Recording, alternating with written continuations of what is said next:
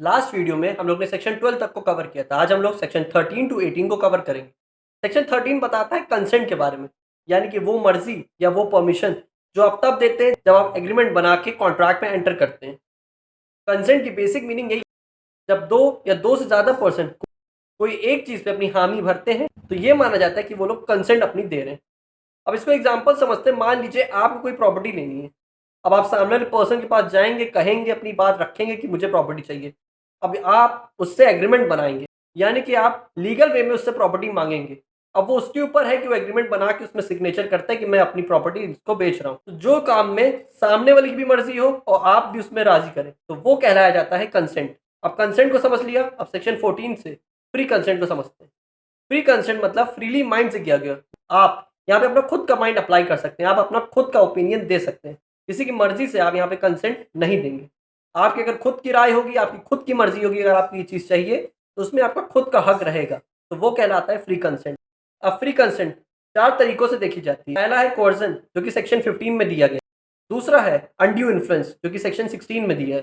तीसरा है फ्रॉड, जो कि सेक्शन 17 में दिया है। और आखिरी है मिस रिप्रेजेंटेशन, जो कि सेक्शन 18 में दिया है।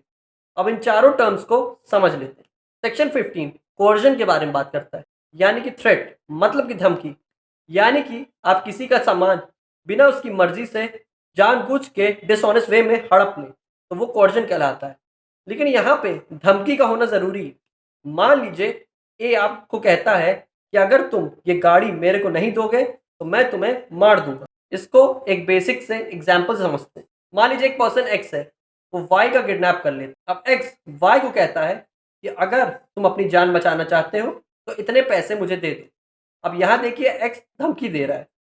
फिर आता है सेक्शन 16, जो कि अनड्यू इन्फ्लुएंस की बात। इसमें हम सामने वाले पे हक जमाते हैं, यानी कि हम सामने वाले पर्सन को डोमिनेट करते हैं। इसमें पावर ऑफ अथॉरिटी हमारे पास रहती है कि हम सामने वाले से जो भी चाहें, जैसे भी चाहें करवा लें।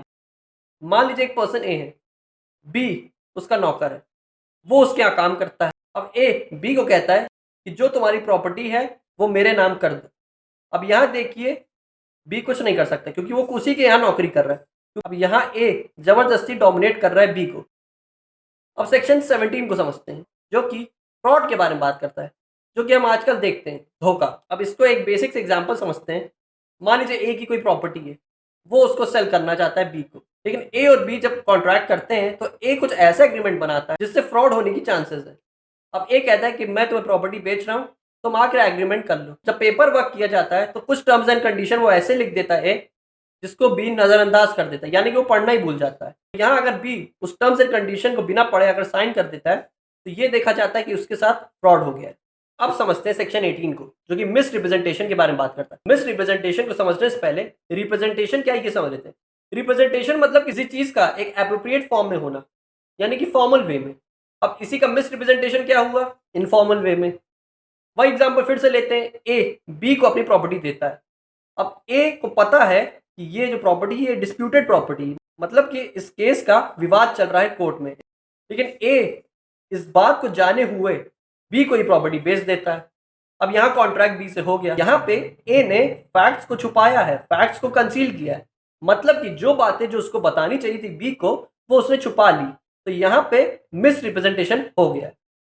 मिस रिप्रेजेंटेशन इनोसेंट वे में भी किया जा सकता है, फॉल्स वे में। इनोसेंट वे का मतलब ये हुआ कि जो पर्सन मिस रिप्रेजेंटेशन किया उसको खुद को ही नहीं पता है कि मेरे साथ क्या गलत हो गया, मतलब उसने कॉन्ट्रैक्ट करते वक्त खुद ही टर्म्स एंड कंडीशन को नहीं पढ़ा और उसको फिर प्रॉपर्टी दे दी। एक होता है फॉल्स वे में, जहाँ ए को नॉलेज होती है कि उसने जानबूझ के इन्फॉर्मेशन को छुपाया, यानी कि फैक्ट्स कंसील किए।